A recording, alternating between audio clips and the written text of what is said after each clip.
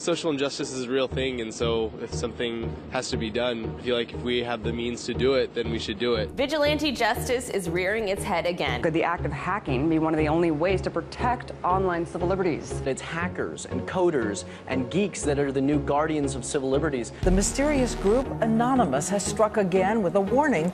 This is just the beginning. Anonymous recently staged protests in several cities, alleging, among other things, the church tears families apart. The city of Orlando is arresting people for feeding the homeless. Anonymous cyber hackers have taken up the cause, calling on people to boycott Orlando. The global activist hacker group Anonymous is taking credit for yet another infiltration, this morning all in the name of charity. This time their target is an intelligence think tank, potentially compromising thousands of high-profile clients from TV networks to the U.S. government. Receipts they posted show donations to the Red Cross and Save the Children Foundation, a modern-day Robin Hood. This morning, Steubenville, Ohio is under siege. How do you sleep at night? Angry protesters here in town and online are demanding justice for a 16-year-old teen who was allegedly sexually assaulted in August by two high school football stars. The fresh anger comes after this video was leaked by the internet activist group Anonymous. She's deader than a doornail. Another photo circulated by Anonymous purportedly shows two of the accused men carrying the alleged unconscious victim.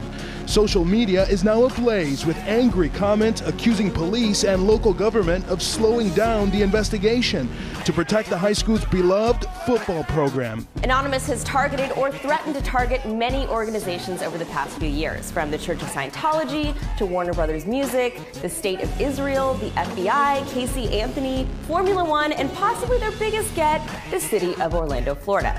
Now, clearly, Anonymous targets organizations that interfere with their values or people that most of us agree are kind of just jerks, like the Westboro folks. What does that say about society that we have to rely on this group to fill the void of a broken justice system?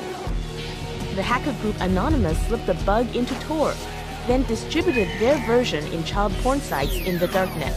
The bug software allowed Anonymous to reveal the IP addresses of the pedophiles to the police. The hacker group has released a series of internal emails requesting that the loan numbers be purposefully mismatched from the documents, encouraging foreclosures. There is a case of a girl in Nova Scotia named Ratea Parsons who very sadly committed suicide after she alleged sexual assault and these compromising photos. And the police took a year, investigated, said they weren't going to bring any charges. Then some activists started really kicking up a fuss online, some of them members of the hacker group Anonymous, and some new evidence surfaced in the case. And the police and prosecutors changed their minds, and they reopened the investigation and eventually brought charges against two boys. Anonymous takes on BART over cell phone shutdown. The Westboro Baptist Church. Most recently, this included plans to picket the memorial services of the 27 people killed in Friday's shooting at Sandy Hook Elementary.